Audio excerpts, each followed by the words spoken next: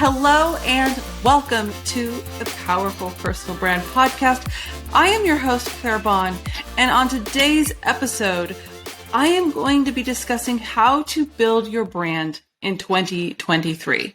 Some things are similar to the past and some things are different given things that we have going on in 2023. So let's dig in. One of the biggest things that I want to, I'll call it a misperception of your personal brand. One of the biggest misperceptions is that your personal brand is a static thing. It is not a static thing. It is not your logo or your website or your personal brand statement. I see so many people get fixated on their brand statement or their photos or their, it's minutia. Yeah, your personal brand is not your logo. People are just fixated on so much on these things. I used to work for corporations, and the corporation would spend, $50,000 to $100,000, about their brand colors and do all these things. I feel like people have kind of moved away from that because there's so much focus on that. People care now, this time in 2023, people care about what you care about, what you stand for, who you are. Are you a good person? Do you align with their morals and values and that sort of thing? Know, like, and trust. All of that is really important for your personal brand. And quite frankly, your logo and all those other things just really have nothing to do with it. So it's not to say that it's not important. I do believe that it is important. When a client comes to us, I have a color theory that we talk about, their favorite colors and the emotion that they want to evoke, whether they like masculine font and feminine font, and we do all of that, and everything is packaged beautifully, but it's basically, you do it and you can always change it. This fixation that it has to be perfect and you can't move forward, just throw that out the window. Take imperfect action. Commit to that for 2023. And please do not focus on the small stuff. Don't sweat the small stuff. And trust me, your website and your, logo and everything, it's so small. Obviously you want it to look good, but just focusing on, little teeny aspects of it, usually, rather than being like, it's not right, it's not good, it doesn't align with who I am and that sort of thing. It usually, quite frankly, is an underlying kind of issue with yourself, whether it's you can't let go or you have to micromanage or something like that.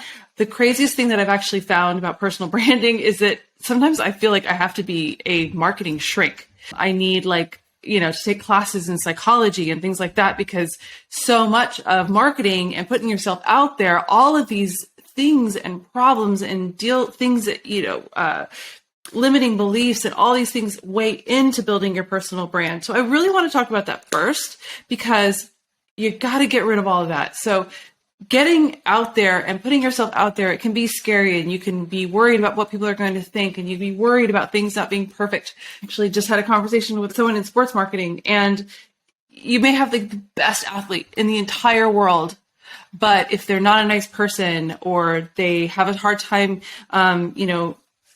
being well-spoken and being eloquent, those are not the people that are going to get the huge contracts, because ultimately likability and connecting with people is going to be so important, even for an athlete. So a lot of times you'll see the athletes that are getting these big contracts, the athletes that you see, on TV and in commercials, those are the ones that usually are not like the absolute tippy top, because a lot of times, maybe those people just don't have that certain thing that maybe makes people love them and makes people really connect with them. That's one thing that you need to realize as well. When you're building your personal brand, don't take it personally that, there's somebody over here that's just, they seem perfect to you. They do everything right. And you're kind of comparing yourself to them. Don't compare yourself. You are you. It is your personal brand, and you want to attract the opportunities that you deserve. not their opportunities, your opportunities. All right.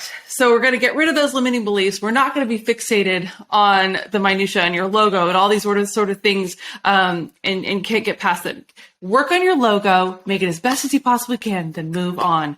Take imperfect action. Okay. So what does that imperfect action look like?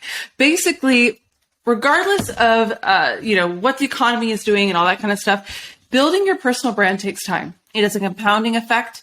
So it's kind of like one of those things, you commit to it, you commit to a certain amount of effort per day, week, month, and you don't let your take that foot up off the gas. It is a commitment and it increases, compounds over time. So now, even when, or during economic downturns, you can think, now's not the time to do it. I'm completely stressed out. There's so many other things to worry about. Now is the time to actually do it. If you really think about it, if you kind of look at your personal brand, kind of like the stock market, right? The stocks are going down. People are freaking out. You definitely want to jump into the market when the prices are at their lowest so you can ride up with the market, because the market is going to go back up.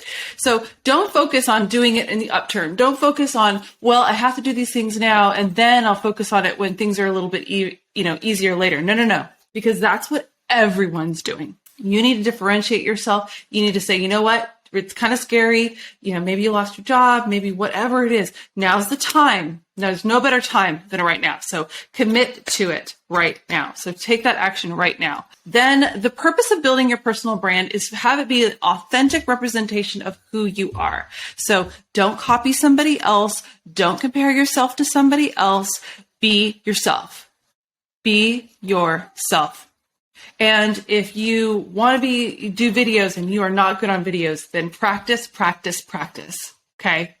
That is what it takes. Kind of like when you're looking at the people, if you look at sports, sometimes you have somebody that's just like a true talent, and they can eat really badly. They can get no sleep. They can drink all the time, and they still show up and they kick everyone's ass. Then you have the ones that have to, their body is a temple. They, never drink. They sleep 8 hours a day. They practice 8 hours a day. They do all these other things, and they're at the same level.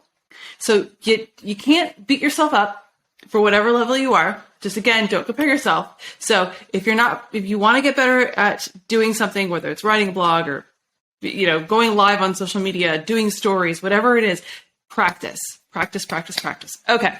Then, so say you're starting from the very, very scratch. First things first, get a website and get your social media handles, have them be the same. But please, I know that at this point, I got clairebahn.com 15 plus years ago. So I know that you may have this, difficulty getting your name. Get creative to a point. So I could get like Claire Bahn Coach or Claire Bahn.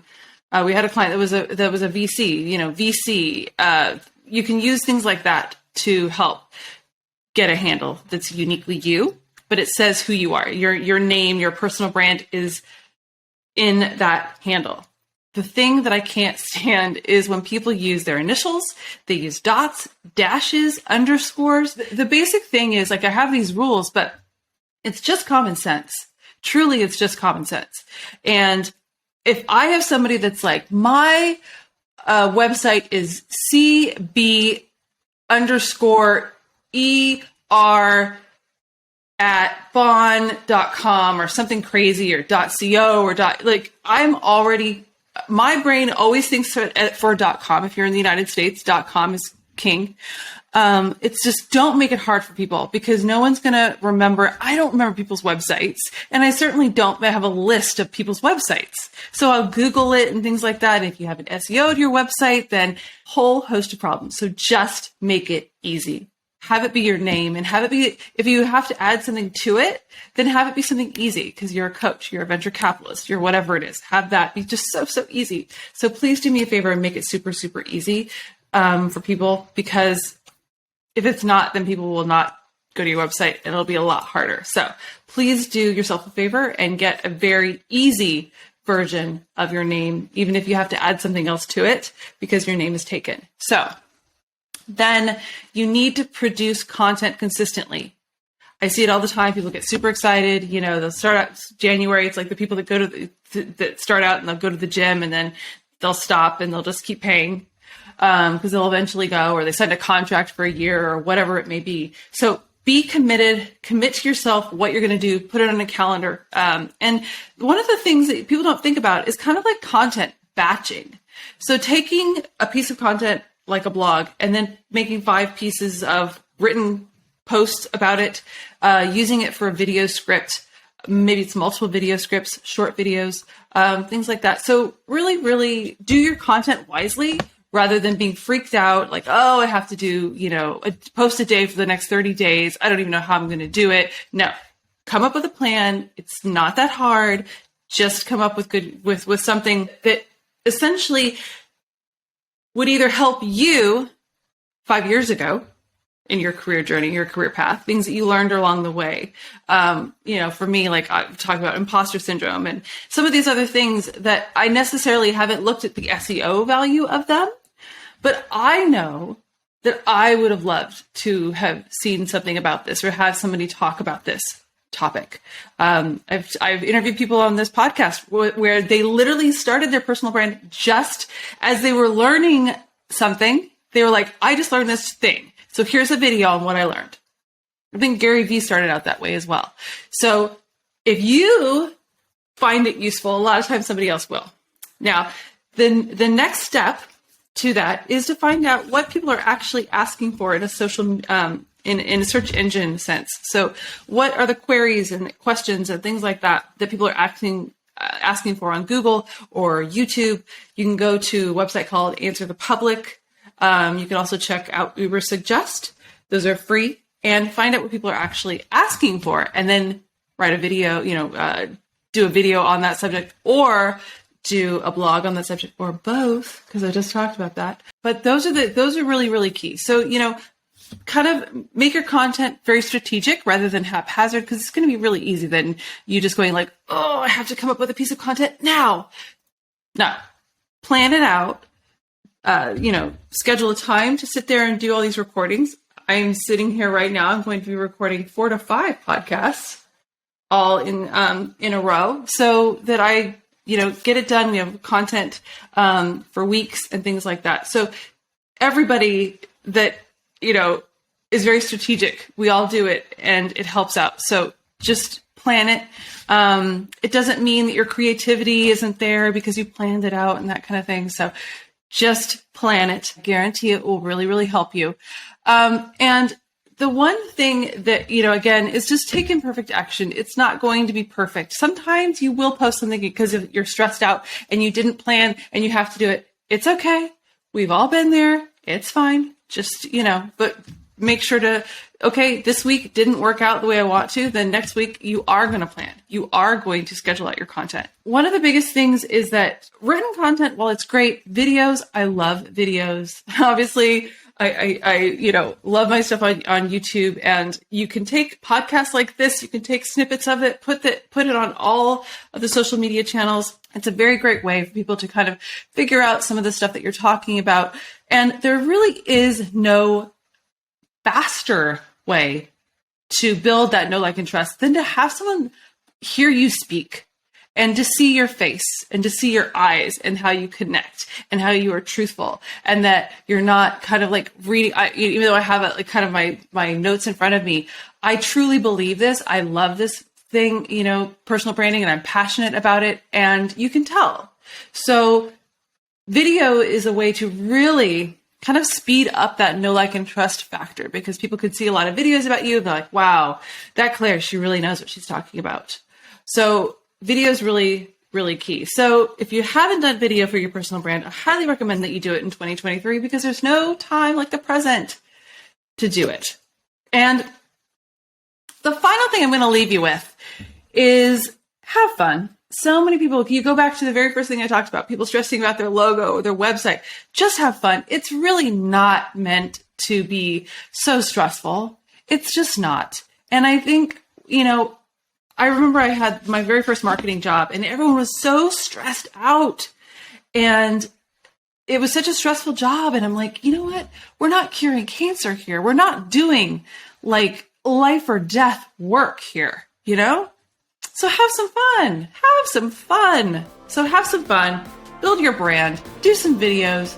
Take imperfect action. And I'll see you in the next episode. Bye.